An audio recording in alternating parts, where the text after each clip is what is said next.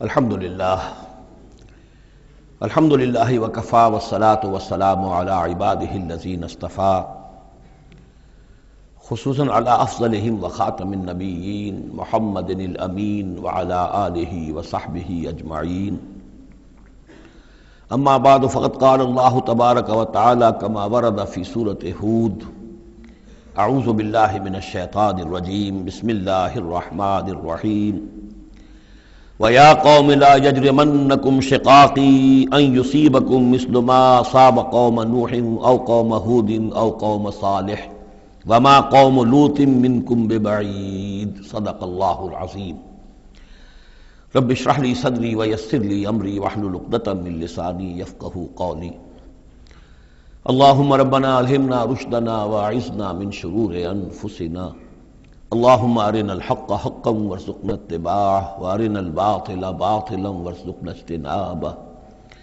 اللہم ربنا آنس وحشتنا فی قبورنا وارحمنا بالقرآن العظیم، اللہم اجعلہ لنا اماما ونورا وہدى ورحمہ، اللہم ذکرنا منہ ما نسینا وعلمنا منہ ما جہلنا وارزقنا تلاوتہ آناء اللیل وآناء النہار واجعلہ لنا حجتا یا رب العالمین آمین۔ رمضان مبارک کا پہلا عشرہ مکمل ہو جانا آپ سب حضرات کو مبارک ہو۔ آج کی شب سے دوسرا عشرہ شروع ہو رہا ہے۔ پہلے عشرے کو حضور نے عشرہ رحمت قرار دیا ہے اور یہ عشرہ مغفرت ہے۔ سورہ ہود کے 8ویں رکوع میں جو مضمون چل رہا تھا، حضرت شعیب علیہ السلام اور ان کی قوم کے مابین جو رد و قدح کی تفصیل بیان ہو رہی تھی، اس میں ایک اہم نقطہ آیا ہے، وَيَا قَوْمِ لَا يَجْرِمَنَّكُمْ شِقَاقِي، اور دیکھو اے میری قوم کے لوگو، تمہیں میری دشمنی، میرا ذاتی بغض اس بات پر آمادہ نہ کر دے کہ تمہارا وہ انجام ہو جائے ان یصیبکم مثل ما اصاب قوم نوح، کہ تم پر بھی وہی عذاب آئے اللہ کا جیسا کہ آیا تھا قوم نوح پر، او قوم ہود، او قوم ہود، یا جو آیا تھا قوم ہود پر، او قوم صالح، یا جو آیا تھا قوم صالح پر، لوط منکم ببعید، اور قوم لوط تو تم سے زیادہ دور بھی نہیں۔ یہ چار جو ہیں قوموں کے اوپر عذاب آ چکا تھا حضرت شعیب علیہ السلام کی قوم پر عذاب آنے سے پہلے، حضرت نوح، حضرت ہود، اور جہاں جن شہروں تک حضرت لوط علیہ السلام بھیجے گئے، یعنی صدوم اور عامورہ کی بستیاں۔ اور یہ جو بستیاں تھیں دونوں جن پر عذاب آیا ہے، بعید ہونے کا معاملہ ان کا دونوں اعتبار سے ہے، زمانی اعتبار سے بھی، مکانی اعتبار سے بھی۔ جغرافیے میں بھی ہم نے دیکھ لیا کہ خلیج عقبہ کے مشرقی ساحل کے ساتھ جو ہے علاقہ جو ہے یہ تھا کہ جو اصحاب مدین کا ہے، جن میں شعیب بھیجے گئے۔ ان سے ذرا ہٹ کر مشرق میں جو ہے بحیرہ بردار ہے، اور بحیرہ بردار کے ساحل کے اوپر یہ شہر آباد تھے۔ تو جغرافیائی اور زمینی اعتبار سے بھی فاصلہ نہیں ہے، زمانی اعتبار سے بھی زیادہ فصل نہیں ہے۔ اور اگرچہ بعض لوگوں کا خیال یہ ہے کہ حضرت موسیٰ علیہ السلام جب مدین گئے تھے، مصر سے اپنی جان بچا کر نکلے تھے، تو پھر وہاں جس شیخ کے پاس وہ رہے ہیں اور جس کی بیٹی سے پھر انہوں نے شادی کی ہے، اس کے بارے میں لوگوں نے یہ خیال ظاہر کیا کہ وہ حضرت شعیب تھے۔ مجھے اس سے سختی سے اختلاف ہے، اور مجھے ان لوگوں کی رائے سے اتفاق ہے جو سمجھتے ہیں کہ یہ ممکن ہی نہیں ہے۔ حضرت شعیب کی قوم کے اوپر جو عذاب آ چکا تھا، اس کے بعد جو لوگ بچے کھچے وہاں آباد تھے، ان میں کوئی نیک آدمی تھا کہ جس کے پاس حضرت موسیٰ علیہ السلام کا جانا ہوا ہے۔ لیکن یہ کہ بہرحال اتنا فصل کوئی ہزاروں برس کا نہیں ہے ان کے مابین، سینکڑوں برس کا بھی شاید نہ ہو، قریب کا ہے معاملہ، زمانی اعتبار سے بھی اور زمینی اعتبار سے بھی۔ اب جو نقطہ اس میں اہم ہے وہ یہ ہے کہ بسا اوقات کسی شخص کو کسی داعی حق سے ذاتی پرخاش ہوتی ہے، کوئی ذاتی بغض ہے، کوئی ذاتی دشمنی ہے، کسی سبب سے ہے، اس کے نفسیاتی اسباب ہو سکتے ہیں اور بہت سے اسباب ہو سکتے ہیں، اور صرف ایک ذاتی پرخاش کی وجہ سے وہ اس کی دعوت کو رد کرتا ہے، اس کی مخالفت پر کمر بستہ ہو جاتا ہے، اس کی دشمنی اختیار کرتا ہے۔ نتیجہ کیا ہے؟ اس کا کچھ نہیں بگاڑتا، اپنے آپ کو برباد کر لیتا ہے، اپنی تباہی کو دعوت دیتا ہے۔ تو اے میری قوم کے لوگوں، میری زدم زدہ میں تم کہیں اس انجام سے دوچار نہ ہو جانا، ایسا نہ ہو کہ میرا بغض اور میری عداوت جو ہے، وَيَا قَوْمِ لَا يَجْرِمَنَّكُمْ شِقَاقِي ان یصیبکم مثل ما اصاب قوم نوح او قوم ہود او قوم صالح وما قوم لوط منکم ببعید واستغفروا ربکم، اور دیکھو استغفار کرو اپنے رب سے، ثم توبوا الیہ، پھر اس کی طرف رجوع کرو، اس کی طرف آگے بڑھو، اس کی اطاعت کرو، اس کی فرما برداری کرو۔ ان ربی رحیم ودود، یقیناً میرا رب رحیم بھی ہے، ودود بھی ہے، محبت فرمانے والا ہے۔ قال یا شعیب ما نفقہ کثیرا مما تقول، انہوں نے کہا کہ اے شعیب تم جو کچھ کہتے ہو اس کی اکثر بات تو ہماری سمجھ میں نہیں آتی، کیا کہہ رہے ہو تم؟ یعنی یہ کہ ذہنوں کے سانچے اتنے بگڑ گئے ہوتے ہیں کہ سیدھی بات ان میں فٹ بیٹھتی نہیں۔ ما نفقہ کثیرا مما تقول وانا لنراک فینا ضعیفا، ہم تو یہ دیکھ رہے ہیں کہ تم ہمارے اندر کوئی طاقتور آدمی نہیں ہو، کمزور سے آدمی ہو، ہم تو دیکھتے ہیں کہ تمہارے پاس کوئی قوت نہیں ہے۔ لولا رہتک، اگر نہ ہوتا تمہارا خاندان، لرجمناک، تو ہم تجھے کبھی کا جو سنسار کر چکے ہوتے۔ اب یہ بات بہت اہم ہے اس وقت، اصل میں یہ جو صورت مکی نازل ہو رہی ہیں، جو حضور کی دعوت اور تحریک جس دور سے گزر رہی تھی اور جو کچھ ہو رہا تھا، وہ اس کا ایک عکس سابقہ انبیاء اور رسل کے حالات میں بھی جو ہے تو وہ اسی دور کی مناسبت سے وہی باتیں نمایاں کی جاتی ہیں۔ یعنی جو تکرار ہوئی ہے ان رسولوں کے حالات کی، وہ تکرار محض نہیں ہے، بلکہ ہر جگہ پر جس دور میں وہ صورت نازل ہو رہی ہے جن میں ان کا تذکرہ ہو رہا ہے، اس دور میں جو خاص مسائل ہیں کہ جو درپیش ہیں محمد الرسول اللہ صلی اللہ علیہ وسلم اور آپ کے صحابہ کو، تو ان کے مناسبت سے جو ہدایت ہے، دل جوئی ہے، مسلمانوں کے لیے رہنمائی ہے، وہ حصہ ان رسولوں کی تعلیمات اور تاریخ کا بیان کیا جاتا ہے۔ اب یہاں مکے میں بھی شکل یہ ہو چکی تھی کہ بقیہ سب قریش جو ہیں وہ حضور کے خلاف جو ہیں سخت غیظ اور غضب کے اندر مبتلا تھے، لیکن چونکہ حضور کے چچا ابو طالب یہ خاندان بنی ہاشم کے سردار تھے اور انہیں ذاتی محبت تھی، وہ چاہے ایمان نہیں لائے حضور پر صلی اللہ علیہ وسلم، لیکن ذاتی محبت انہیں اتنی تھی کہ انہوں نے آخری وقت تک سپورٹ کیا ہے۔ اور قبائلی زندگی میں یہ ہوتا ہے کہ اگر کہیں کسی ایک خاندان کے کسی فرد کے اوپر کوئی ہاتھ اٹھایا جائے تو پھر وہ خاندان انتقام لیتا ہے۔ اس کا مطلب یہ ہوتا کہ وہ حضور کے خلاف وہ کوئی اقدام کرتے ہیں تو گویا کہ ان فائٹنگ شروع ہو جائے گی، داخلی خانہ جنگی شروع ہو جائے گی بنو ہاشم کی ان لوگوں کے خلاف کہ جو حضور کو کوئی غضب پہنچائیں، نقصان پہنچائیں۔ یہ تحفظ ملا ہوا تھا محمد الرسول اللہ صلی اللہ علیہ وسلم کو اللہ تعالیٰ کی طرف سے۔ اگر خدا نہ خواستہ ابو لہب ہوتا اس سردار، تو کبھی کا حضور کے خلاف کوئی نہ کوئی اقدام وہ کر چکے ہوتے، لیکن چونکہ خاندان بنی ہاشم کی سرداری اس وقت تھی ابو طالب کے پاس، اور انہیں دلچسپی تھی اور محبت تھی، شفقت تھی حضور کے ساتھ، بلکہ کچھ عرصہ جو ہے حضور ان کے سائے عاطفت کے اندر انہوں نے گزارا بھی تھا۔ اس وجہ سے تو یہ نقشہ دکھایا جا رہا ہے کہ آج قریش کے مقابلے میں جس طریقے سے کہ بنو ہاشم کی سپورٹ اور حفاظت جو ہے وہ حضور کے لیے اللہ تعالیٰ نے اسے قلعہ بنا دیا ہے، یہی معاملہ اس وقت تھا کہ حضرت شعیب کا بھی خاندان ان کا پشت بنا تھا۔ وَلَوْلَا رَحْتُكَ، اگر تمہارا خاندان تمہارا پشت بنا نہ ہوتا اور تمہارا ساتھ نہ دے رہا ہوتا، لَرَجَمْنَاكَ، ہم کبھی کہ تمہیں سنسار کر چکے ہوتے۔ وَمَا أَنْتَ عَلَيْنَا بِعَزِيزٍ، اور ذاتی طور پر تم ہم پر کوئی بھاری نہیں ہو، تو تمہاری کوئی حیثیت نہیں ہے۔ قال یا قوم رہتی اعز علیکم من اللہ، انہوں نے کہا اے میری قوم کے لوگوں، کیا میرا یہ خاندان تم پر زیادہ بھاری ہے اللہ سے؟ میرا پشت پناہ تو حقیقتاً اللہ ہے، تم اللہ سے نہیں ڈرتے، میرے خاندان سے ڈرتے ہو۔ رہتی اعز علیکم من اللہ واتخذتموہم وراءکم ظہریہ، اللہ کو تو تم نے اپنی پیٹھوں کے پیچھے پھینکا ہوا ہے، بھلایا ہوا ہے۔ یہ بھی بہت ہی اہم نفسیاتی نکتہ ہے۔ ہوتا یہ ہے کہ ہم دنیا میں ایسے مگن رہتے ہیں کہ اللہ کو ماننے کا عقیدہ تو ہے، لیکن اللہ مستحضر نہیں رہتا، یاد نہیں رہتا۔ یہ ہمارا پورا دنیا کا کاروبار چل رہا ہے، کاز اینڈ ایفیکٹ، علل ہیں، اسباب ہیں، ان کے نتائج نکل جاتے ہیں۔ تو جو کاز اینڈ ایفیکٹ کا جو سلسلہ چل رہا ہے، ہم اس میں اتنے گم ہوتے ہیں کہ مسبب الاسباب جو ہے وہ نگاہوں کے سامنے رہتا ہی نہیں۔ یا یہ کہ ہم اپنے کاموں میں اتنے مشغول ہیں، اپنے کام و دہن کی لذت جو ہے وہی ہمیں جو ہے کوئی مرصد نہیں لینے دیتی، یا یہ کہ بنیادی ضروریات جو ہے وہی ہمیں جو ہے کوئی فارغ نہیں ہونے دیتی، لہذا ہم گم ہو جاتے ہیں۔ کافر کی یہ پہچان کہ آفاق میں گم ہے، اور مومن کی یہ پہچان کہ گم اس میں ہے آفاق۔ لیکن یہ کافر کا معاملہ کیا ہوتا ہے؟ اللہ کو مانتے تو وہ بھی تھے، مانتے تھے مشرکین مکہ بھی، مانتے تو سب تھے اللہ کو، لیکن یہ کہ اللہ کو تو انہوں نے اوجھل کیا ہوا تھا، آنکھ اوجھل پہاڑ اوجھل۔ تم اللہ سے نہیں ڈرتے، میرے خاندان سے ڈرتے ہو۔ وَاتَّخَذْتُمُوهُ وَرَاءَكُمْ ظِهْرِيًّا، اللہ کو تو تم نے اپنی پیٹھوں کے پیچھے پھینکا ہوا ہے، یعنی اسے تو نسیہ منسیہ کیا ہوا ہے، اس کی طرف تمہارا ذہن ہی نہیں ہے۔ ان ربی بما تعملون محیط، جبکہ میرا رب جو کچھ کہ تم کر رہے ہو اس کا احاطہ کیے ہوئے، تمہارا گھیراؤ کیے ہوئے اللہ، تم اس کی گرفت سے نکل کر نہیں جا سکتے ہو۔ یا قوم اعملوا علی مکانتکم انی عامل، اور اے میری قوم کے لوگوں کرو جو کچھ کر سکتے ہو اپنی جگہ پر، میرے خلاف جو کر سکتے ہو، جو ریشہ دوانیاں کر سکتے ہو، جو اقدام کر سکتے ہو۔ یہ چیلنجنگ انداز جو ہے ان آخری صورتوں میں آپ کو نظر آ رہا ہے، سورہ نام سے چلا آ رہا ہے یہ،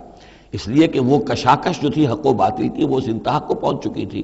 کہ اب حضور صلی اللہ علیہ وسلم کی طبیعت کے اندر بھی وہ بیزاری پیدا ہو چکی تھی۔ اب جو کچھ تم کر سکتے ہو کر لو،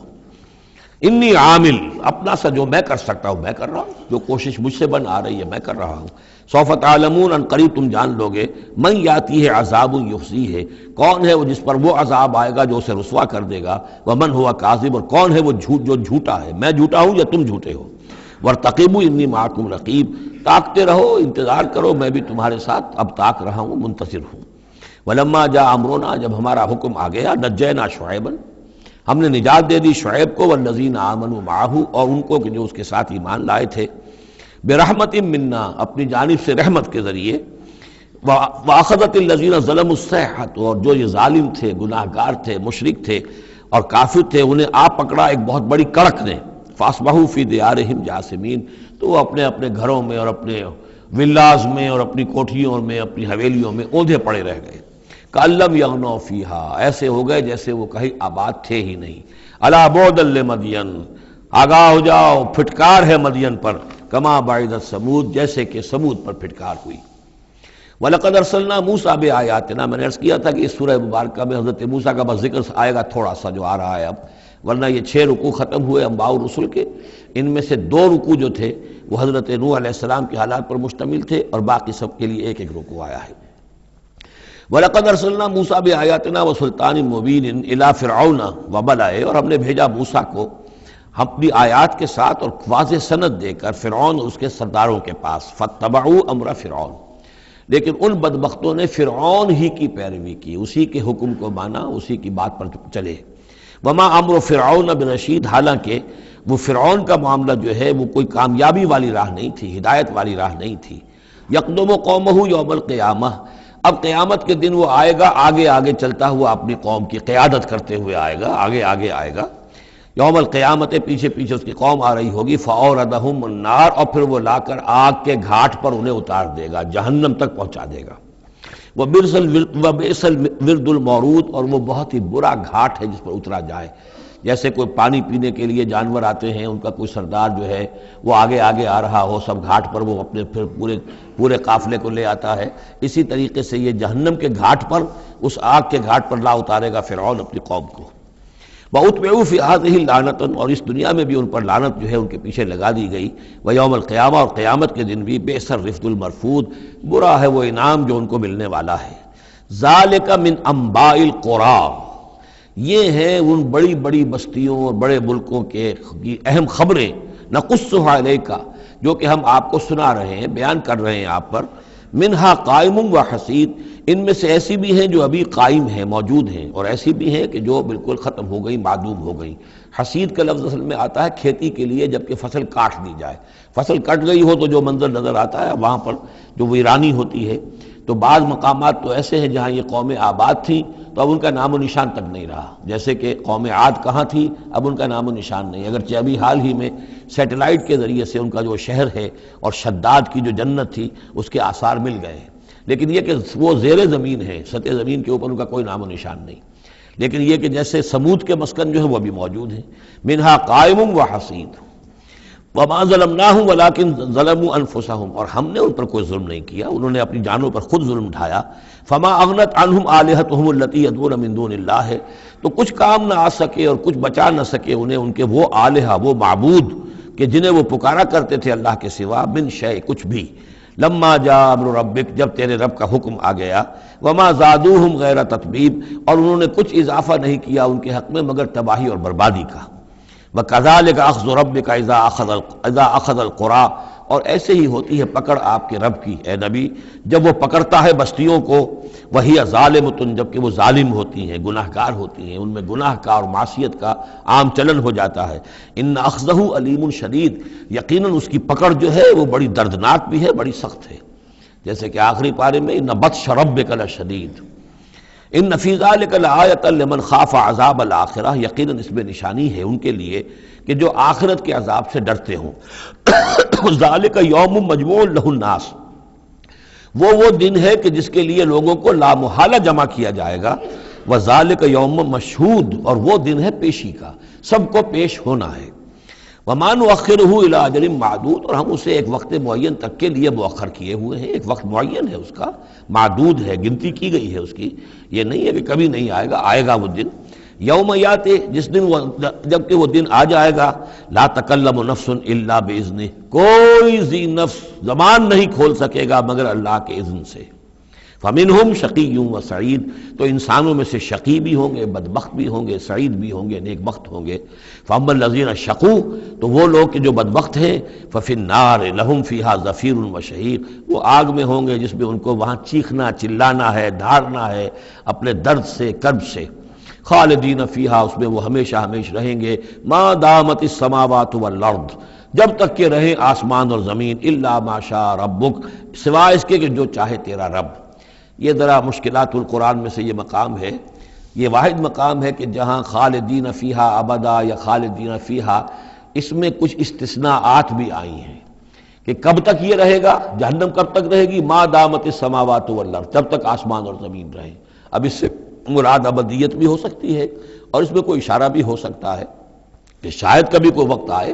کہ یہ جو آسمان اور زمین کی ایک تخلیق اللہ نے کی ہے، یہ ایک خاص اس کا نظام ہے، ایک وقت میں آ کر یہ نظام بدل جائے، پھر کوئی اور آسمان کوئی اور زمین تخلیق فرمائے۔ بہرحال اس وقت تک جب تک کہ یہ آسمان اور زمین باقی رہیں گے تو یہ جو جہنمی لوگ جو ہیں وہ جہنم میں رہیں گے۔ اس میں بھی ایک استثناء، الا ما شاء ربک، اللہ کا اختیار ہے، اگر کسی کو چاہے اس میں سے نکالنا تو اس کا اختیار مطلق ہے۔ جیسا کہ ہم نے عرض کیا، کئی دفعہ عرض کیا ہے کہ جیسے اہل سنت کے نزدیک اللہ تعالیٰ کے بارے میں ہم یہ نہیں کہہ سکتے کہ وہ اس پر عدل کرنا واجب ہے، لیکن یہ کہ وہ عدل کرے گا۔ اسی طریقے سے یہ بات کہ اللہ تعالیٰ کا اختیار مطلق ہے، وہ کسی کو چاہے تو نکال لے، لیکن ہم یہ جانتے ہیں کہ کفار کے لیے یہ جہنم جو ہے وہ ابدی ہے، اللہ نکالے گا نہیں، واللہ عالم۔ ان ربک فعال لما یرید، یقیناً آپ کا رب جو ہے جو ارادہ کر لے اس کو کر گزرنے والا ہے۔ واما الذین سعدوا، اور جو لوگ نیک بخت ثابت ہوں گے، ففی الجنۃ خالدین فیہا، اور وہ جنت میں رہیں گے ہمیشہ ہمیش، ما دامت السماوات والارض، جب تک رہے آسمان اور زمین، الا ما شاء ربک، سوائے اس کے کہ جو آپ کا رب چاہے، عطاء غیر مجزوز، اور یہ جو بخشش ہے یہ بے انتہا ہوگی، اس کا خاتمہ کبھی نہیں ہوگا۔ یہ اضافی لفظ جنت کے لیے آ رہا ہے کہ جو دوزخ کے لیے نہیں آیا۔ یہ جو ذرا سا باریک باریک فرق ہوتا ہے، پھر اس سے بڑے فلسفیانہ نکتے نکلتے ہیں، اس سے پھر محققین نے، علماء نے جو ہیں پھر بہت سے دلائل استدلال کیے ہیں۔ چنانچہ حافظ ابن تیمیہ رحمہ اللہ اور شیخ ابن عربی دونوں کی ایک رائے ہے جو اہل سنت کا جو عام اجماعی عقیدہ ہے اس سے مختلف ہے۔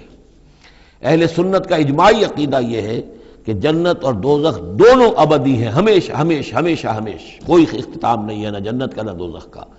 لیکن امام ابن تیمیہ رحمہ اللہ اور شیخ اکبر جو صوفیاء کے ہیں، شیخ ابن عربی، اگرچہ ان دونوں میں بڑی بود ہے بہت سی چیزوں کے اندر، اور امام ابن تیمیہ جو ہے وہ بہت ہی سخت تنقید کرتے ہیں اور سخت الفاظ استعمال کرتے ہیں شیخ ابن عربی کے لیے، محی الدین ابن عربی، لیکن یہ کہ اس معاملے میں ان دونوں کی رائے ایک ہے، اور وہ یہ ہے کہ جنت تو ابدی ہے، دوزخ ابدی نہیں ہے۔ ایک وقت آئے گا، چاہے وہ ارب سال کے بعد آئے، وہ ابد ہمارے اعتبار سے ابدی ہو، ہمارے اعتبار سے انفائنائٹی ہوگا، لیکن یہ کہ ایک وقت آئے گا کہ جہنم ختم ہو جائے گی۔ یہ ان کی رائے ہے، واللہ اعلم۔ فلا تک فی مریۃ مما یعبد ہؤلاء، تو تمہیں کوئی شک نہ رہے ان چیزوں کے بارے میں جن کو یہ لوگ پوج رہے ہیں۔ ما یعبدون الا کما یعبد آباؤہم، نہیں پوج رہے یہ مگر ایسے ہی جیسے کہ ان کے آباء و اجداد پوجتے رہے ہیں من قبل، اس سے پہلے۔ وَإِنَّا لَمُوَفُّوهُمْ نَصِيبَهُمْ غَيْرَ مَنْقُوصٍ، اور ہم انہیں ان کا جو اجر اور ثواب اور ان کا بدلہ ہے، حق ہے، پورا دے دیں گے بغیر کسی کمی کے۔ وَلَقَدْ آتَيْنَا مُوسَى الْكِتَابَ فَاخْتُلِفَ فِيهِ، اور موسیٰ کو ہم نے کتاب دی تھی پھر اس میں اختلافات پیدا کر دیے گئے۔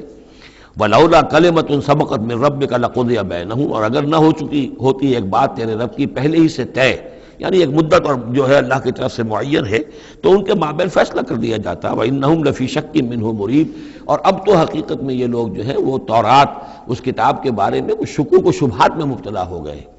یہ بات جو ہے سورہ شورى میں کھل کر آئے گی کہ رسولوں کے کو جو کتابیں دی جاتی ہیں ان کے وارث بنتی ہے پھر ان کی امت، اور جب یہ اس امت کے اندر جب زوال آتا ہے، اضمحلال آتا ہے، بے عملی آتی ہے، تو اس بے عملی کے نتیجے میں پھر ایک نتیجہ یہ نکلتا ہے کہ پھر کتاب کے بارے میں بھی یقین پورا ان کے اندر نہیں رہتا کہ یہ واقعتاً اللہ کی کتاب ہے، بلکہ اس کے بارے میں بھی ان کے اندر شکوک و شبہات پیدا ہو جاتے ہیں۔ وَإِنَّ كُلًّا لَمَّا لَيُوَفِّيَنَّهُمْ رَبُّكَ أَعْمَالَهُمْ، اور لازماً یہ جتنے بھی لوگ ہیں ان سب کو اے نبی آپ کا پروردگار ان کے اعمال کا پورا پورا اجر دے گا، بدلہ دے گا۔ انہ بما یعملون خبیر، جو کچھ یہ کر رہے ہیں وہ اس سے باخبر ہے۔ فاستقم کما امرت ومن تاب معک، تو اے نبی آپ ڈٹے رہیے جیسا کہ آپ کو حکم ہوا ہے، اور جو لوگ بھی جنہوں نے توبہ کی ہے آپ کے ساتھ، یعنی توبہ کی ہے وہ شرک سے باز آئے ہیں، کفر کو چھوڑا ہے، ایمان لائے ہیں، پلٹ آئے ہیں آپ کے ساتھ، ولا تطغوا، اور اب آگے نہ بڑھیے، حد سے تجاوز نہ کیجیے۔ یہ تجاوز یہ بھی ہو سکتا ہے کہ عذاب کی جلدی کریں، کہ جلدی اب اللہ تعالیٰ فیصلہ چکا دیں۔ تجاوز یہ بھی ہو سکتا ہے کہ کہیں غصے میں آ جائیں اور لوگوں کی مخالفت کے اوپر جو ہے وہ اپنا جو حلم جو ہے اس کا دامن ہاتھ سے چھوڑ بیٹھے، تو یہ مختلف چیزیں ہو سکتی ہیں۔ انہ بما تعملون بصیر، جو کچھ تم کر رہے ہیں اسے بھی اللہ دیکھ رہا ہے، جو کچھ وہ کر رہے ہیں اسے بھی دیکھ رہا ہے، اس کو ان کی سزا دے گا، تمہیں تمہارا اجر و ثواب دے گا۔ ولا ترکنوا الی الذین ظلموا، اور دیکھو ان ظالموں کی طرف کوئی جھکاؤ پیدا نہ ہو جائے تمہارے اندر، رشتہ داری کی وجہ سے، دوستی کی وجہ سے، تمہاری ان کے ساتھ جو پرانے مراسم چلے آ رہے ہیں، اگر کہیں اس کی وجہ سے تم ان کے ساتھ جھک جاؤ گے فتمسکم النار، تو تمہیں بھی آگ پکڑ لے گی۔ وما لکم من دون اللہ من اولیاء، اور پھر تمہیں اللہ سے بچانے والے کوئی حمایتی نہیں ہوں گے، ثم لا تنصرون، پھر تمہاری مدد نہیں کی جائے گی۔ وَأَقِمِ الصَّلَاةَ طَرَفَيَ النَّهَارِ وَزُلَفًا مِنَ اللَّيْلِ، اور اے نبی نماز کو قائم رکھیے۔ اب یہ سارے خطابات آپ دیکھ رہے ہیں کہ بظاہر واحد کے صیغے میں حضور سے ہو رہے ہیں، لیکن یہاں پر خطاب امت سے ہے، مسلمانوں سے ہے، حضور کی وساطت سے اہل ایمان جو ہے وہ مخاطب ہے۔ نماز قائم رکھو دن کے دونوں طرف، فجر ہے ادھر مغرب ہے یا عصر ہے، یہ نہار کا دو طرف جو ہے وہ تو فجر اور عصر شمار ہوں گے۔ وَزُلَفًا مِنَ اللَّيْلِ، اور کچھ ٹکڑے رات کے، اب مغرب عشاء کو بھی ہم شمار کر سکتے ہیں رات میں، تو اس طریقے سے یہ مختلف شروع میں جیسے اوقات آئے ہیں تو ان میں ابھی پوری طریقے سے 5 نمازوں کا نظام نہیں تھا، وہ تو سن 11 نبوی میں جبکہ یہ معراج ہوئی ہے اس وقت پھر 5 نمازوں کا نظام آیا ہے، ورنہ پورے مکی دور کے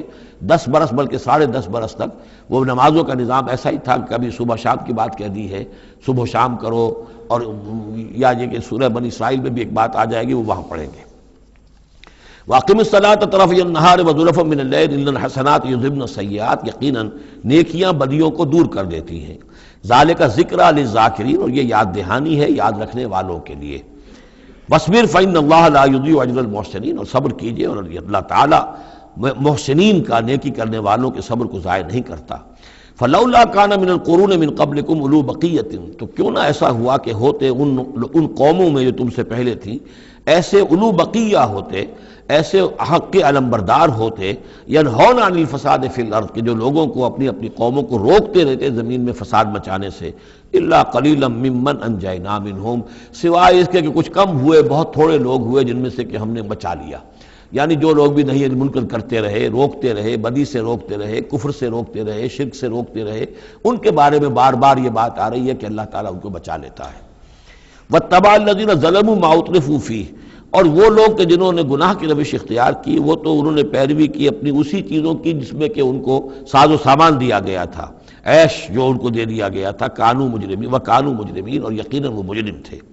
وما كان ربك ليهلك القرى بظلم، اور آپ کا رب بستیوں کو ظلم کے ساتھ ہلاک کرنے والا نہیں ہے کہ بغیر ان کی یعنی خرابی کے اعمال کے، بغیر ان کے جرائم کے ان کو ایسے ہی ہلاک کر دیتا۔ وما كان ربك ليهلك القرى بظلم واهلها مصلحون، جبکہ اس میں بسنے والے لوگ جو ہیں وہ مصلح ہوں، اچھے کردار کے لوگ ہوں، اصلاح کرنے والے ہوں، صالح ہوں۔ وَلَوْ شَاءَ رَبُّكَ لَجَعَلَ النَّاسَ أُمَّةً وَاحِدَةً، اور اگر اللہ چاہتا، آپ کا رب چاہتا تو تمام نوع انسانی کو ایک ہی امت بنا دیتا۔ وَلَا يَزَالُونَ مُخْتَلِفِينَ، لیکن نہیں، یہ اختلاف کرتے ہی رہیں گے، انسانوں میں اختلاف ہمیشہ باقی رہے گا، صرف فرق یہ ہے کہ اختلاف کو ایک حد تک رکھا جائے، تفرقہ نہ ہو جائے۔ اختلاف اختلاف ہے، ایک رائے میری، ایک رائے آپ کی ہے، ٹھیک ہے، آپ کی رائے، آپ کے پاس یہ دلائل ہیں، آپ کا دل اس پر ٹھک گیا ہے، آپ اس پر عمل کیجئے۔ میرے پاس یہ دلیل ہے، میرا دل اس پر ٹھکتا ہے، میں اس حدیث کو زیادہ قوی سمجھتا ہوں، آپ نے اس کو زیادہ جو ہے مضبوط سمجھا ہے، کوئی حرج نہیں۔ میں بھی قرآن و سنت سے استدلال کر رہا ہوں، آپ بھی قرآن و سنت سے استدلال کر رہے ہیں، امام ابو حنیفہ نے بھی کیا ہے تو وہیں سے استدلال کیا ہے، امام شافعی نے بھی کیا، تو اختلاف ہے۔ تفرقہ نہ ہو کہ تم اور من دیگرم تو دیگری، میں اور ہوں تم اور ہو، یہ تفرقہ جو ہے وہ کفر ہے۔ لیکن اختلاف لا یزالون مختلفین، وہ تو یہ ہے کہ گلہائے رنگا رنگ سے ہے رونق چمن، اے ذوق جہاں کو ہے زیب اختلاف سے۔ اختلاف جو ہے مونوٹنی اگر دنیا میں ہو تو طبیعت انسان کی اکتا جائے، یہاں تو یہ کہ رنگا رنگی ہو، تنوع ہو، تو اس سے ہی انسان جو یہاں کی جو زیبائش ہے اور رونقیں ہیں۔ ولا یزالون مختلفین الا من رحم ربک، سوائے اس کے کہ جس پر تیرا رب رحم فرما دے۔ ولذالک خلقہم، اللہ نے بنایا ہی اسی حساب سے ہے ان کو۔ دو افراد کے مزاج ایک نہیں ہے، دو افراد کے انگوٹھوں کی وہ یہ نشان ایک نہیں، لکیریں ایک جیسی نہیں ہیں،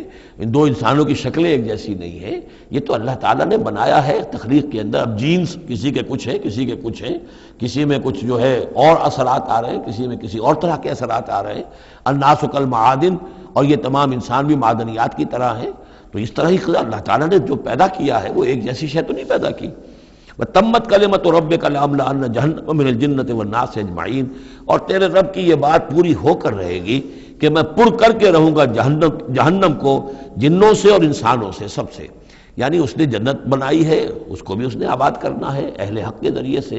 جہنم بھی تو بنا رکھی ہے، اس کا ایندھن بھی اسے درکار ہے۔ تو اس دنیا کے اندر جو کفار ہیں، مشرکین ہیں، گناہ گار ہیں، جو عیاشیاں کر رہے ہیں، بدماش ہیں اور جو ظالم ہیں، یہ ظاہر بات ہے کہ جہنم کے لیے ایندھن ہے جو اللہ نے فراہم کیا ہے۔ وَكُلًّا نَقُصُّ عَلَيْكَ مِنْ أَنْبَاءِ الرُّسُلِ، اب یہ وہ اصطلاح آ گئی جس کا میں بار بار ذکر کر رہا تھا، انباء الرسل۔ اور یہ سب چیزیں جو ہم بیان کر رہے ہیں محمد آپ پر، یہ رسولوں کی بڑی اہم خبروں میں سے ہیں۔ حضرت نوح، حضرت ہود، حضرت صالح، حضرت لوط، حضرت شعیب، حضرت موسیٰ، یہ حالات جو بیان کر رہے ہیں، من انباء الرسل ما نثبت بہ فؤادک، اور یہ اس لیے تاکہ اس کے ذریعے سے آپ کے دل کو جما دیں، مضبوطی دیں۔ یعنی جو کچھ آپ پر اور آپ کے ساتھی اہل ایمان پر آج بیت رہی ہے، یہ کوئی نئی بات نہیں ہے، ہمیشہ یہی ہوا ہے۔ ہمارے رسول جب بھی آئے ایسی مخالفت ہوئی ہے، اسی طرح کی انہوں نے مشقتیں جھیلی ہیں۔ حضرت شعیب کو بھی یہی کہا گیا کہ اگر تمہارا خاندان نہ ہوتا تو ہم کبھی کہ تمہیں جو ہلاک کر چکے ہوتے۔ تو اگر اسی صورت سے آ جائے محمد صلی اللہ علیہ وسلم آپ دو چار ہیں تو یہ کوئی نئی بات نہیں ہے، یہ تو گویا کہ اس راستے کے یہ تو لازمی جو ہیں اس کے حالات ہیں۔ تو اس سے یہ کہ دل کو تثبیت ہوتی ہے کہ بالآخر کامیاب کون ہوا، آیا حضرت شعیب کی قوم کامیاب ہوئی یا حضرت شعیب کامیاب ہوئے؟ تو بالآخر کامیابی اے نبی آپ کی اور آپ کے ساتھیوں کی ہے۔ وَجَاءَكَ فِي هَذِهِ الْحَقُّ، اور اس قرآن میں یا اس سورہ مبارکہ میں آپ کے پاس حق آ گیا ہے، وَمَوْعِظَةٌ، اور نصیحت آ گئی ہے، وَذِكْرَى، اور یاد دہانی آ گئی ہے، لِلْمُؤْمِنِينَ، اہل ایمان کے لیے۔ وَقُلْ لِلَّذِينَ لَا يُؤْمِنُونَ، اور کہہ دیجئے ان لوگوں سے جو ایمان نہیں رکھتے، اعملوا علی مکانتکم، کر لو اپنے مقام پر جو کچھ کر سکتے ہو۔ اب کوئی اختلاف، کوئی بھی اپنا دقیقہ فروگزاشت نہ رکھو، میری مخالفت میں، میری جو بھی تم دشمنی میں کر سکتے کر گزرو۔ انا عاملون، ہم بھی اب کر رہے ہیں جو کچھ ہم کر سکتے ہیں۔ وانتظروا انا منتظرون، تم بھی انتظار کرو کہ اللہ تعالیٰ کیا فیصلہ سناتا ہے اور آخری بات کیا آتی ہے، اور ہم بھی منتظر ہیں۔ وَلِلَّهِ غیب السماوات والارض، اور اللہ ہی کے لیے ہے آسمانوں اور زمین کا تمام چھپی باتیں اور تمام چھپے خزانے۔ وَإِلَيْهِ يُرْجَعُ الْأَمْرُ كُلُّهُ، اور کل کا کل معاملہ بالآخر اسی کی جانب لوٹا دیا جائے گا۔ فَاعْبُدْهُ، بس اسی کی بندگی اور پرستش کیجئے، وَتَوَكَّلْ عَلَيْهِ، اور اسی پر توکل کیجئے، آپ کا اعتماد اور بھروسہ اسی کی ذات پر ہو۔ وَمَا رَبُّكَ بِغَافِلٍ عَمَّا تَعْمَلُونَ، اور یقیناً آپ کا رب غافل نہیں ہے اس سے کہ جو آپ کر رہے ہیں۔ یہاں اللہ کے فضل و کرم سے سورہ ہود مکمل ہوئی۔ جیسا کہ میں نے عرض کیا تھا کہ یہ جو سلسلہ شروع ہوا 14 سورتوں کا، پہلا جوڑا اس میں سے سورہ یونس، سورہ ہود علیہم الصلاۃ والسلام۔ البتہ جو تیسرا اس کے اندر سب گروپ، میں نے کہا تھا تین کے سب گروپ ہیں، یہ تیسری سورت جو ہے سورہ یوسف، یہ بالکل پورے قرآن میں منفرد ہے اپنے مزاج کی۔ اس کے ساتھ جزوی سی مشابہت آئے گی ایک سورت کی، میں بعد میں عرض کروں گا۔ اس وقت یہ ہے کہ اس کو نوٹ کیجئے کہ اب تک ہم نے پڑھا ہے جو در حقیقت انباء الرسل کا مضمون ہے، جو ضائع شد و مت کے ساتھ آیا ہے۔ حضرت ابراہیم کا تھوڑا سا ذکر سورہ انعام میں ہم نے پڑھ لیا، کچھ تھوڑا سا ذکر جو ہے وہ سورہ ہود کے اندر آ گیا ہے، لیکن یہ ہے کہ اصل جو آیا ہے انباء الرسل، ایام اللہ فذکرہم بایام اللہ۔ یہ قصص النبیین کے اعتبار سے یہ منفرد صورت ہے، پوری صورت ایک نبی کے حالات پر مشتمل۔ قرآن مجید میں اس کی کوئی اور مثال نہیں۔ پھر یہ کہ اس میں وہ رنگ ہے ہی نہیں کہ حضرت یوسف علیہ السلام نے یہ دعویٰ کیا ہو کہ میں رسول ہوں، مجھے مانو، میری اطاعت کرو، اور وہاں کی جو قوم تھی اور بادشاہ جو تھا اس سے کوئی تعاون نہ کیا ہو، کچھ نہیں، وہ انداز ہی نہیں مانو گے تو عذاب آئے گا، کچھ نہیں۔ تو نبی میں اور رسول میں جو فرق ہوتا ہے وہ بھی آپ کنٹراسٹ اچھی طرح سمجھ لیجئے۔ حضرت یوسف نبی تھے، رسول نہیں تھے۔ رسول بنا کر جسے بھیج دیا جاتا تھا وہ تو پہلے کہتا تھا مجھے مانو، میری اطاعت کرو، ان اعبدوا اللہ واطیعون، اللہ کی بندگی کرو، میری اطاعت کرو، اللہ اللہ اور خیر صلی اللہ، اس کے بعد اگلی بات ہوگی۔ لیکن نبی کا معاملہ یہ نہیں ہوتا۔ نبی جیسے کہ مصلح ہوتے ہیں، نیک لوگ ہوتے ہیں، اولیاء اللہ ہوتے ہیں، خاص اللہ تعالیٰ کے برگزیدہ بندے ہوتے ہیں۔ اب ظاہر بات ہے کہ ایسے بھی ہوتے ہیں جیسے ہماری اس امت کے اندر حضور کے بعد کتنے ہیں اولیاء اللہ پیدا ہوئے ہیں، اونچی شخصیت ہے، کیونکہ وحی کا دروازہ بند ہو چکا ہے، نبی ان میں سے کوئی نہیں ہے۔ لیکن انبیاء بنی اسرائیل جو ہیں وہ گویا کہ اولیاء اللہ ہی تھے زیادہ تر، لیکن ان پر وحی بھی آتی تھی، وہ تسلسل جو ہے وحی کا چل رہا تھا۔ لیکن رسول وہی تھے کہ جنہیں تعین کے ساتھ کسی قوم کی طرف بھیج دیا جائے۔ حضرت یوسف کے جو یہ واقعات یہاں آ رہے ہیں اس تفصیل کے ساتھ، اور پوری صورت نازل ہوئی ہے، اس کا ایک سبب ہے۔ میں نے آپ سے عرض کیا تھا کہ یہ جو آخری دور تھا مکی، آپ کے قیام مکہ کے دور کا، زمانے کا، تو اس میں یہ کہ چیزیں پہنچ چکی تھی مدینے میں بھی خبریں، اور مدینے میں اہل کتاب کے یہود کے کان کھڑے ہو گئے تھے۔ اب انہیں تو امید تھی، منتظر تھے، نبوت تو آخری ظاہر ہونے والی ہے، لیکن سمجھتے تھے ہم میں سے ہوگا۔ یہاں بات بالکل جو ہے وہ تلپٹ ہو رہی ہے، لہذا وہ اب کچھ نہ کچھ شوشے چھوڑتے رہتے تھے اور انہیں کہتے تھے اپنے پیغامات کے ذریعے سے کہ اچھا تمہارے ہاں سنا کسی نے نبوت کا دعویٰ کیا ہے، اچھا تو اس سے یہ سوال پوچھو کہ یہ ابراہیم تو آباد تھے فلسطین میں، یہ جو یہودی بنی اسرائیل ہے یہ مصر میں کیسے پہنچ گئے، جو وہاں سے پھر حضرت موسیٰ ان کو نکال کر لے کر آئے، لیکن کیسے پہنچے، پہنچنے کا سبب کیا تھا، کیا ماجرا تھا؟ یہ اب تاریخ کا ایک سوال تھا جو انہوں نے کر دیا۔ اس کے جواب میں اللہ تعالیٰ نے یہ صورت نازل فرما دی، اور اس قدر خوبصورت انداز میں نازل کی ہے۔ اور میں آپ کو ایک اور بات بھی بتا دوں کہ میرا قرآن مجید کے ساتھ جو معنوی تعارف ہوا ہے پہلی مرتبہ صحیح معنی میں، وہ اسی سورہ یوسف کے حوالے سے ہے، اور سورہ یوسف کی تفہیم القرآن مولانا مودودی کی۔ 1947 میں میں میٹرک کا امتحان دے چکا تھا، ہمارا رزلٹ بھی آ چکا تھا،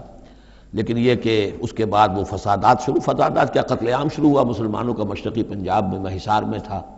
تو حصار اس شہر کا نام تھا، لیکن ہم اس میں محصور بھی ہو گئے۔ تقریباً 1.5 مہینہ ہم نے مورچے بنا لیے اور اپنی حفاظت کرتے رہے۔ اس دوران میں ظاہر بات ہے کرنے کا کوئی اور کام تھا نہیں، وہ تو جو بھی مورچوں پر جن کی ڈیوٹی ہے وہ مورچوں پر کھڑے ہیں، باقی کوئی کام نہیں۔ تو میں اور میرے بڑے بھائی اس زمانے میں پھر ایک مسجد کے اندر بیٹھ کر، چونکہ انہوں نے بھی، وہ مجھ سے تو ویسے 6 سال بڑے ہیں، انہوں نے بھی جب میٹرک کیا تھا تو عربی پڑھی تھی، اور میں نے تازہ میٹرک کیا تھا اور میرے پاس بھی عربی کا مضمون تھا، تو پھر یہ ہم پڑھتے تھے۔ اور ترجمان القرآن جو مولانا مودودی کا رسالہ تھا، اس میں ان دنوں تفہیم القرآن میں یہ سورہ یوسف کی تفسیر شائع ہو رہی تھی، تو ان دنوں ہم مسجد میں بیٹھ کر یہ سورہ یوسف تفہیم القرآن سے، پھر چونکہ مجھے کچھ عربی آتی تھی اور تازہ تھی، اچھی تھی، تو اس میں یہ کہ ہماری گفتگو بھی ہوتی تھی، مذاکرہ کرتے تھے۔ تو اس طریقے سے جو پہلا بیرا، اس سے پہلے بھی بہرحال یہ کہ قرآن ہے، اللہ کا کلام ہے، اللہ کی کتاب ہے، ہمارا اس پر ایمان ہے، کچھ اس کو سمجھنا، کچھ پڑھنا، یہ تو تھا، لیکن جو ایک معنوی ایک ربط قائم ہوا، ذہنی رشتہ ہے، قلبی رشتہ، وہ در حقیقت سورہ یوسف، اور سورہ یوسف کی بھی وہ تشریح و تعبیر کہ جو مولانا مودودی نے تفہیم القرآن میں کی ہے۔ بسم اللہ الرحمن الرحیم، الف لام را، تلک آیات الکتاب المبین، یہ ایک روشن آیات کی کتاب کی آیات ہیں۔ انا انزلناہ قرآنا عربیا، ہم نے اس کو نازل کیا ہے عربی قرآن بنا کر۔ کس کو نازل کیا ہے؟ وہ جو ام الکتاب میں ہمارے پاس ہے، وہ جو لوح محفوظ میں ہے، اس کو ہم نے اتارا ہے اب محمد پر، تو قرآن عربی بنا کر اتارا ہے۔ لعلکم تعقلون، تاکہ اے عربو، اے عرب کے رہنے والوں، اے امیین کہ جن کی طرف اولین بعثت ہمارے رسول کی ہوئی ہے، تم اچھی طرح سمجھ سکو۔ نحن نقص علیک احسن القصص، اے نبی ہم آپ پر بیان کرنے لگے ہیں بہترین بیان۔ یہ قصص نہیں ہے، قصص ہوتا قاف کے زیر کے ساتھ تو قصے کی جمع ہوتا، کہ بہترین قصہ ہم آپ کو سنا رہے، نہیں، احسن القصص، قصص جو ہے یہ یہاں پر یہ مصدر ہے، بہترین بیان، ہم آپ کے سامنے بہترین بیان پیش کر رہے ہیں، بما اوحینا الیک ھذا القرآن، اس قرآن کے ساتھ جو ہم نے آپ کی طرف وحی کیا ہے۔ وَإِن كُنتَ مِن قَبْلِهِ لَمِنَ الْغَافِلِينَ، اور یقیناً آپ اس سے پہلے، اس قرآن میں اس قصے کے آنے سے پہلے، قرآن میں اس بیان کی آمد سے پہلے، وحی سے پہلے آپ یقیناً بالکل ناواقف تھے، غافل تھے، آپ کو کچھ معلوم نہیں تھا کہ یہ حضرت یوسف کیسے وہاں پہنچے اور بنی اسرائیل کیسے پہنچ گئے۔ اس قال یوسف لأبیہ، حضرت یعقوب علیہ السلام کے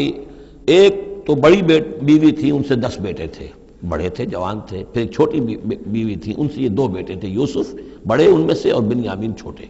12 بیٹے تھے ان کے یہ۔ اس قال یوسف لأبیہ، یاد کرو جب کہ کہا تھا یوسف نے اپنے والد سے، حضرت یعقوب سے، یا ابت، ابا جان، انی رأیت 11 کوکبا، میں نے دیکھا ہے 11 ستارے، والشمس والقمر، اور سورج اور چاند، رأیتہم لی ساجدین، کہ وہ مجھے سجدہ کر رہے ہیں، میرے سامنے جو ہے سجدے میں ہیں۔ قال یا بنی لا تقصص رؤیاک علی اخوتک، حضرت یعقوب علیہ السلام نے اس بات کو سمجھ لیا کہ یہ 11 بھائی اور یہ میں ماں باپ، ہمارا کوئی خاص معاملہ ہونے والا اس بیٹے کے ساتھ، اور اللہ تعالیٰ اس بیٹے کی کوئی خاص فضیلت ظاہر کرنے والا ہے، لہذا فرمایا کہ یہ اپنا بیان لا تقصص رؤیاک علی اخوتک، اپنے بھائیوں کے سامنے بیان نہ کر دینا، فیکیدوا لک کیدا، تو وہ تمہارے خلاف کو سازش کریں گے، اس لیے کہ ان میں پھر حسد کی آگ بھڑک اٹھے گی، اور وہ سوچیں گے کہ اللہ تعالیٰ نے یہ فضیلت اگر کوئی رکھی تو ہماری بجائے وہ اس یوسف کے لیے رکھی ہے، تو اس سے کہ تمہیں کوئی غضب پہنچ جائے گا۔ ان شیطان للانسان عدو مبین، یقیناً شیطان تو انسان کا کھلا دشمن ہے ہی۔ وَكَذَلِكَ يَجْتَبِيكَ رَبُّكَ وَيُعَلِّمُكَ مِن تَأْوِيلِ الْأَحَادِيثِ، اور اسی طریقے سے تمہارا رب جو ہے تمہیں پسند کر لے گا، چن لے گا، یعنی نبوت کے لیے اب معلوم ہوتا ہے کہ میرے بیٹوں میں سے اللہ نے تمہیں چن لیا ہے، یہ معلوم ہوتا ہے۔ كَذَلِكَ يَجْتَبِيكَ رَبُّكَ، اسی طرح اللہ چن لے گا، برگزیدہ کرے گا تجھے، وَيُعَلِّمُكَ مِن تَأْوِيلِ الْأَحَادِيثِ، اور تمہیں سکھائے گا تعویل الاحادیث۔ اس کے 2 معنی ہیں،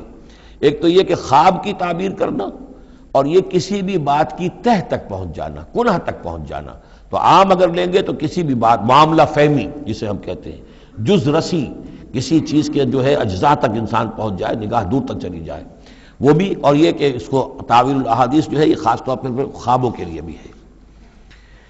وَيُتِمُّ نِعْمَتَهُ عَلَيْكَ، اور اتمام فرمائے گا اپنی نعمت کا تجھ پر، وعلی آل یعقوب، اور تمام آل یعقوب پر، کما اتمھا علی ابویک، جیسے کہ اس نعمت کا اس نے اتمام فرمایا تیرے آباء و اجداد پر، من قبل پہلے، ابراہیم و اسحاق، ابراہیم اور اسحاق پر، یعنی اسحاق تمہارے دادا اور ابراہیم تمہارے پردادا۔ اپنا نام انہوں نے نہیں لیا، ظاہر بات ہے کہ وہ خود اپنا ذکر کیسے کرتے۔ ان ربک علیم حکیم، یقیناً تیرا رب جو ہے وہ علیم ہے اور حکیم ہے۔ لقد کان فی یوسف و اخوتہ آیات للسائلین، یقیناً حضرت یوسف اور ان کے بھائیوں کا جو واقعہ ہوا، جو ماجرا ہوا، اس میں تو نشانیاں ہیں ان پوچھنے والوں کے لیے، یعنی جنہوں نے یہ سوال پوچھوایا ہے اور جو پوچھ رہے ہیں ان سب کے لیے نشانیاں ہیں۔ اگر اسی قصے کو حقیقت بینی کے ساتھ جو ہے، حقیقت کی نگاہ کے ساتھ اسے دیکھیں اور طلب ہدایت کے لیے اس قصے پر غور کریں جو قرآن اب پیش کر رہا ہے، تو یہ کہ ان کے لیے تو بہت سی چیزیں جو ہے نکھر کر سامنے آ جائیں گی، حقائق واضح ہو جائیں گے۔ اذ قالوا لیوسف واخوہ احب الی ابینا منا ونحن عصبہ، جبکہ انہوں نے کہا کہ یہ یوسف اور اس کا بھائی بنیامین، احب الی ابینا منا، یہ ہمارے والد کو زیادہ محبوب ہیں ہم سے زیادہ محبت ان دونوں سے، ونحن عصبہ، جبکہ ہم ایک بڑی جماعت ہیں، طاقتور، بڑے تھے، جوان تھے، 10 تھے، اور ظاہر بات ہے قبائلی زندگی میں تو آپ کو معلوم ہے کہ بازو جو ہوتے ہیں، بیٹے جوان جو ہوں وہی تو اصل میں طاقت کی بنیاد ہوتے ہیں، جس کے جتنے بازو ہیں اتنا ہی وہ صاحب عزت ہے۔ تو ہم ہیں 10 جوان اور یہ 2 چھوٹے، محبت ان سے زیادہ ہو رہی ہے۔ انا ابانا لفی ضلال مبین، یقیناً ہمارے ابا جان کچھ بہک سے گئے، معلوم ہوتا ہے کچھ سٹھیا گئے۔ اقتلوا یوسف، قتل کر دو اس یوسف کو، اب اطرحوہ ارضا، یا اسے کہیں دور کسی ملک کے اندر پھینک دو، اسے جلا وطن کر دو، یخلو لکم وجہ ابیکم، تاکہ تمہارے والد کی جو توجہات ہیں، عنایات ہیں، تمہاری طرف ہو جائیں۔ اس کی طرف سے ہٹ کر جو ساری عنایات کا مرکز اور منبع بنا ہوا یوسف، تو یہ جب یہاں نہیں رہے گا، یہ کانٹا نکل جائے گا، تو پھر یہ ہے کہ وہ عنایات جو ہیں حضرت یعقوب کی وہ ہمارے حصے میں آئیں گی۔ وَتَكُونُوا مِن بَعْدِهِ قَوْمًا صَالِحِينَ،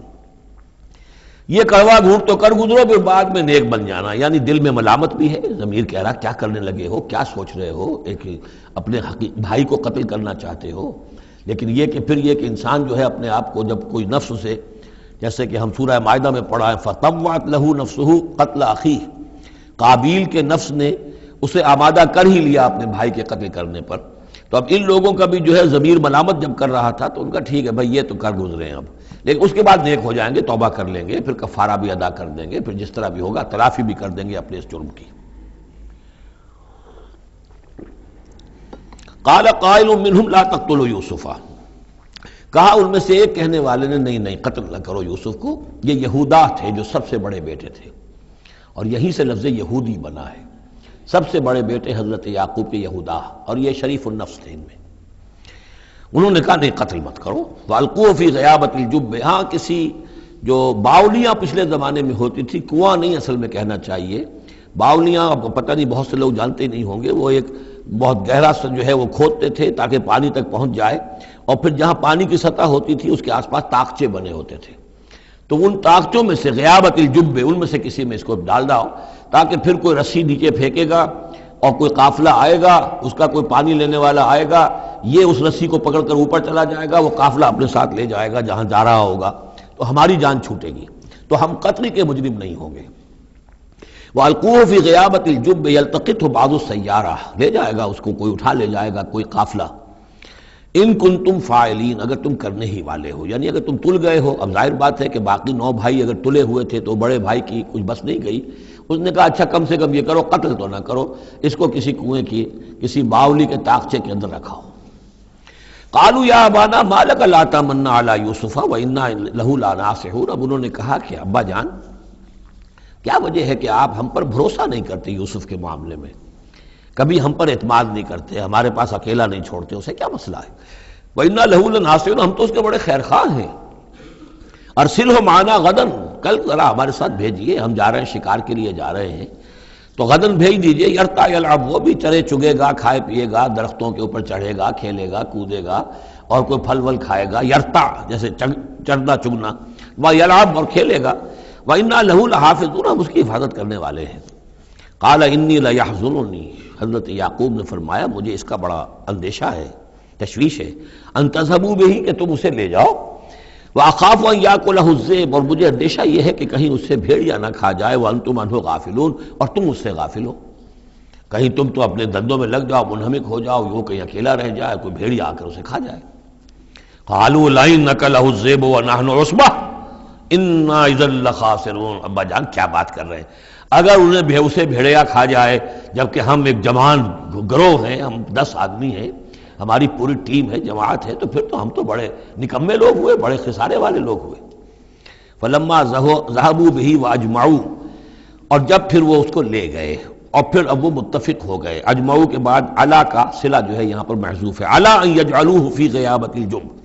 انہوں نے اپنی یہ بات اب پوری جمع کر لی، اپنا پوری رائے ایک کر کے، ایک آ کر کے، اور وہ یہ کہ اب اسے غیابۃ الجب کے اندر رکھنے چلے۔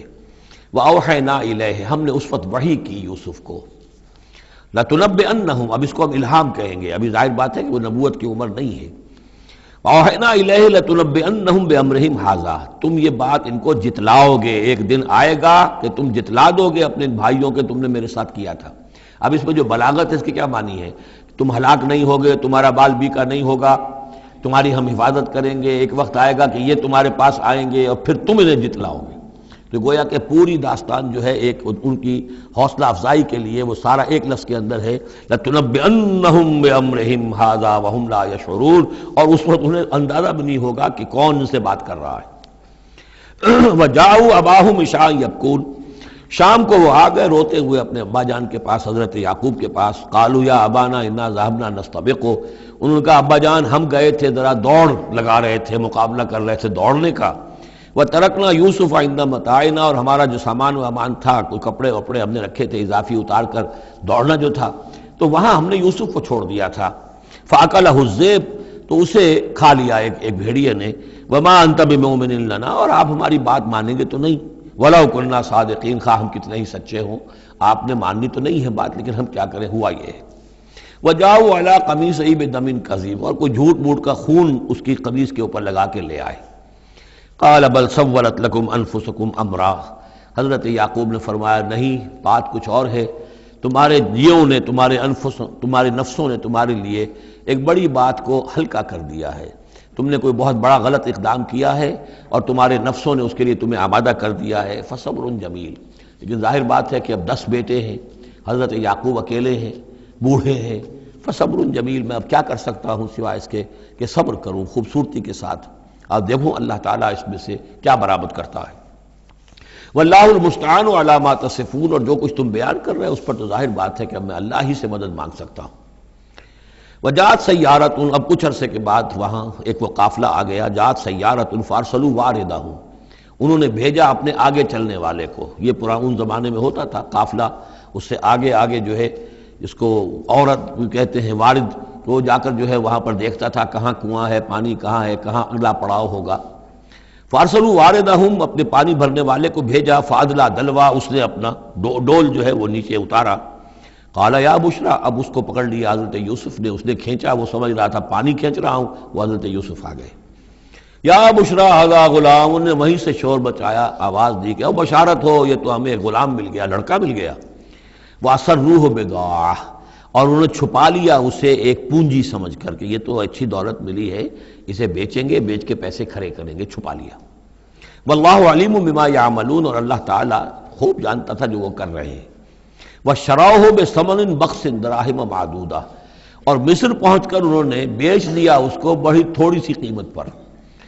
دراہم معدودہ، گنتی کی چونیاں، درہم جو ہے ان کے ہاں دینار کا چوتھا حصہ ہوتا تھا، تو دراہم معدودہ جو ہے چند چونیوں کے عوض وہ فروخت کر دیا۔ وَكَانُوا فِيهِ مِنَ الزَّاهِدِينَ، اور اس کے معاملے میں تو وہ بہت ہی قانع تھے، یعنی چونکہ اگر تو کسی کی انویسٹمنٹ ہوئی ہو، 1000-2000 کا خریدا ہو، تب تو آدمی اس کی قیمت اپنی انویسٹمنٹ بھی نکالے اس میں سے اور پھر منافع بھی لینا چاہے، یہ تو مفت کا مال تھا۔ دوسرے یہ اندیشہ ہر وقت دھڑکا لگا ہوا تھا کہ کہیں جو ہے اس کے وارث نہ آ جائیں، تو جلد از جلد بیچ کر جو بھی ملے پیسے کھڑے کرو۔ وقال الذی اشتراہ من مصر، اور جس شخص نے خریدا انہیں مصر سے، مصر میں یہ تو عزیز مصر تھا، یعنی کوئی بہت بڑا افسر، بادشاہ نہیں،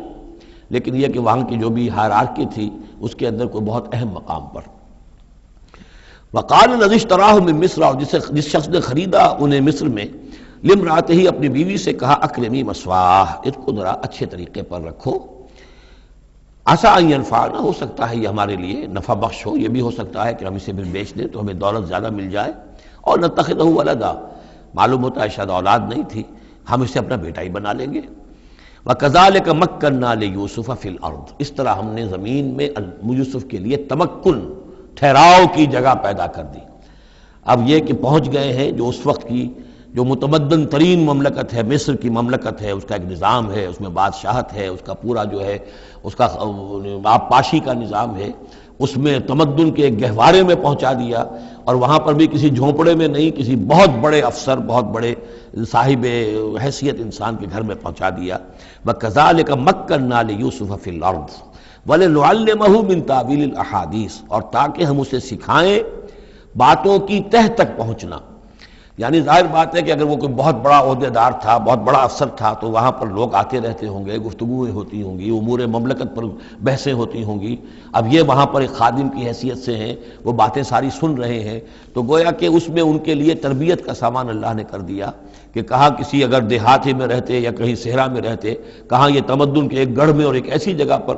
جہاں پر بیٹھ کر سارے مشورے ہوتے ہوں، گفتگویں ہوتی ہوں اور دوسرے ملکوں کی خبریں آتی ہوں، اس سے ان کے علم کے اندر معلومات میں بھی اضافہ ہوا، اور یہ کہ حالات و واقعات کا تجزیہ کرنا، اس سے استنتاج کرنا، نتیجہ نکالنا، اللہ نے یہ چیز انہیں سکھا دی۔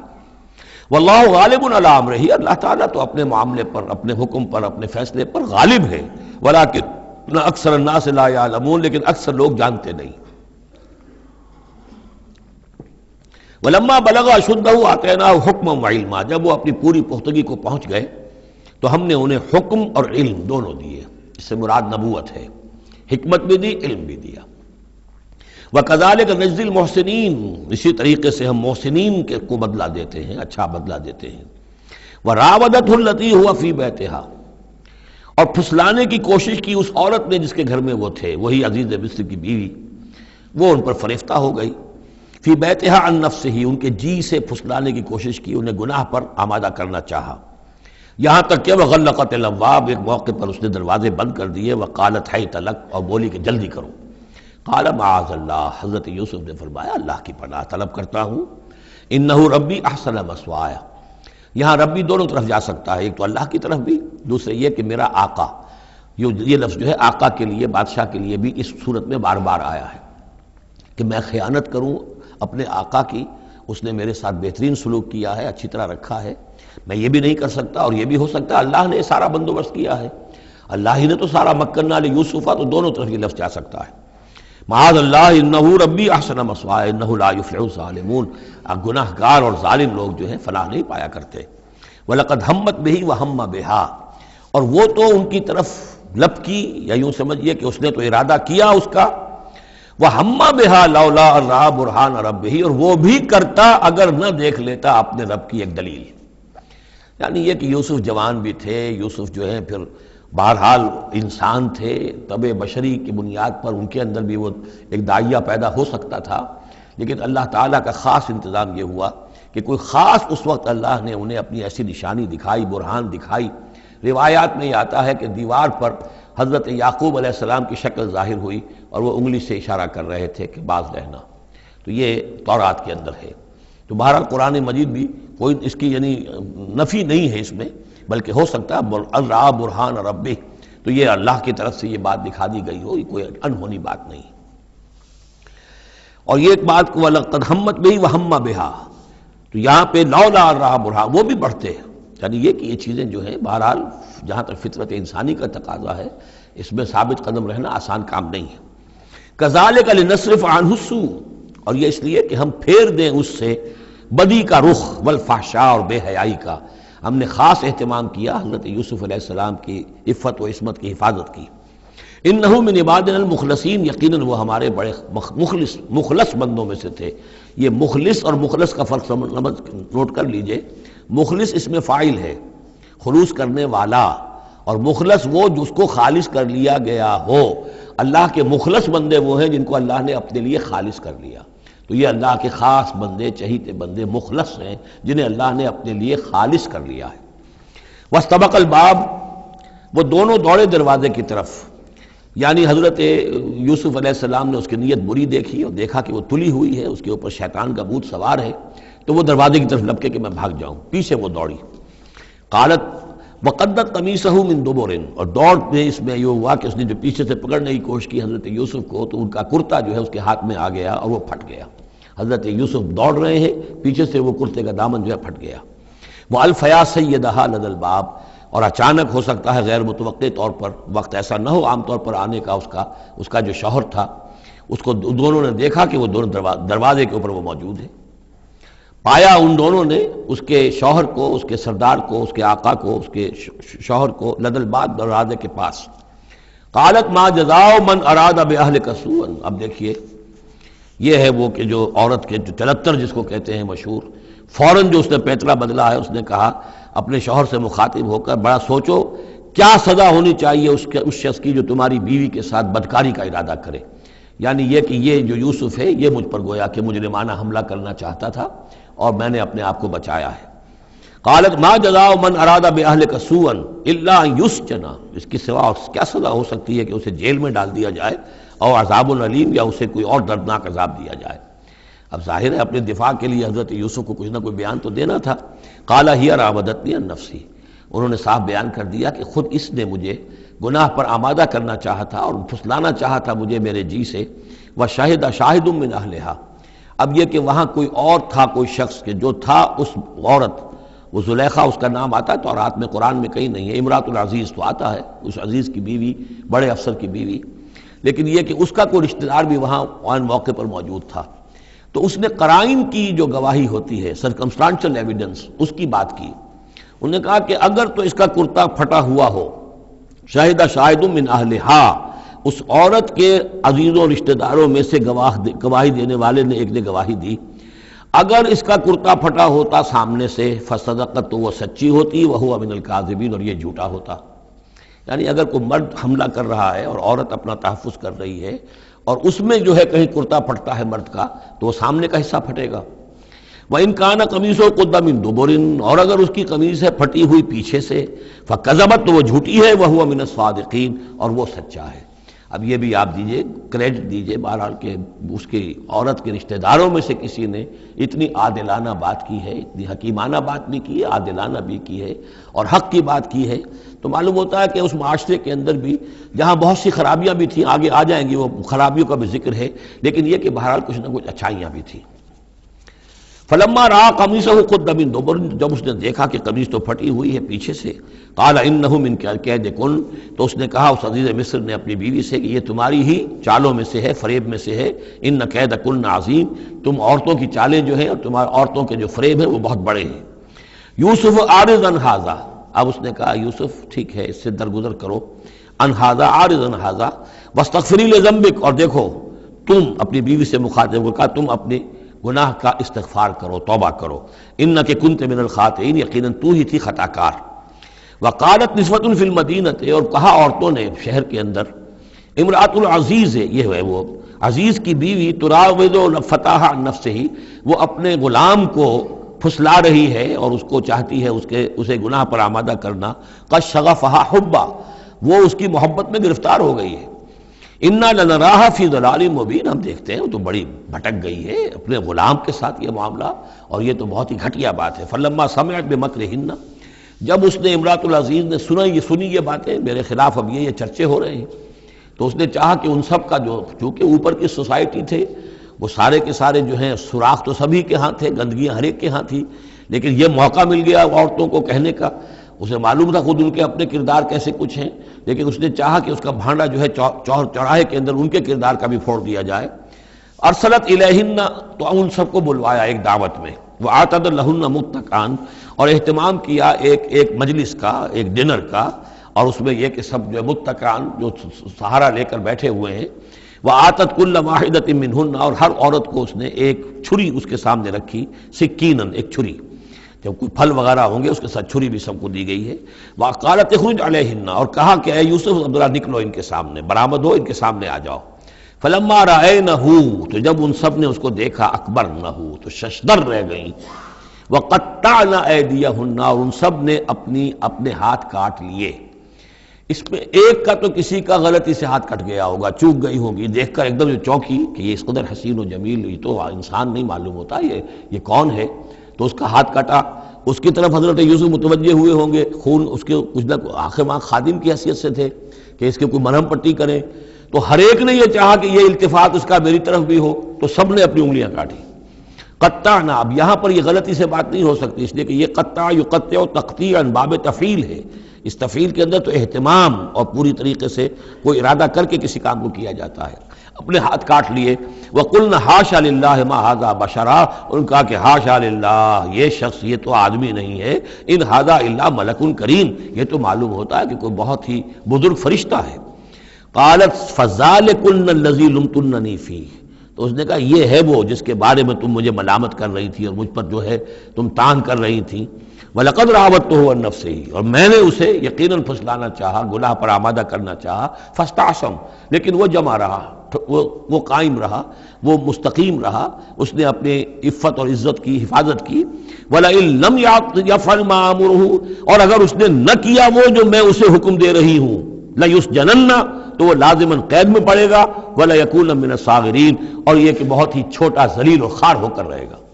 اس سے آپ اندازہ کر لیجئے کہ اس اونچی سوسائٹی کا اخلاقی طور پر اس وقت کیا حال ہو چکا تھا، کس دھڑلے سے یہ کہہ رہی ہے، اور ان کی تمام بیگمات کا بھی جو مسئلہ تھا وہ بھی سامنے آ چکا، اور اس میں ظاہر بات ہے کہ اسی دھڑلے کے ساتھ اس کا اعلان کرنا اپنے گناہ کا، کوئی اس میں حجاب محسوس نہیں کر رہی۔ قال رب السجن احب الی مما یدعوننی الیہ، حضرت یوسف نے دعا کی، پروردگار مجھے قید زیادہ پسند ہے اس چیز سے جس کی طرف یہ مجھے بلا رہی ہیں۔ وَإِلَّا تَصْرِفْ عَنِّي كَيْدَهُنَّ، اور اگر اے پروردگار تو نے مجھ سے دور نہ کر دیا ان کی چالوں کو، ان کی فریبوں کو، أَصْبُ إِلَيْهِنَّ، ہو سکتا ہے میں بھی ان کی طرف مائل ہو جاؤں، وَأَكُن مِّنَ الْجَاهِلِينَ، اور میں جاہلوں میں سے ہو جاؤں۔ فَاسْتَجَابَ لَهُ رَبُّهُ، تو اللہ تعالیٰ نے، اس کے رب نے اس کی دعا کو قبول کیا۔ فَصَرَفَ عَنْهُ كَيْدَهُنَّ، اور ان سب کی عورتوں کی جو چالیں تھیں ان سے ان کو بچا لیا۔ انہ هو السمیع العلیم، یقیناً وہی ہے سننے والا اور جاننے والا۔ ثم بدا لہم من بعد ما رأوا الآیات، پھر یہ بات ان پر واضح ہو گئی، منکشف ہو گئی جب یہ ساری نشانیاں دیکھ لیں، لَيَسْجُنُنَّهُ حَتَّىٰ حِينٍ، کہ عافیت اسی میں ہے کہ کچھ عرصے کے لیے اسے جیل میں ڈال دیا جائے۔ پبلک سیفٹی کا معاملہ یہی ہے، مصلحت عامہ کا تقاضا یہی ہے۔ ہم اپنی عورتوں کو تو سنبھال کے نہیں رکھ سکتے، لیکن پبلک سیفٹی کے لیے اس کو جیل میں ڈال دینا چاہیے۔ بارک اللہ لی ولکم فی القرآن العظیم ونفعنی وإیاکم بالآیات والذکر الحکیم۔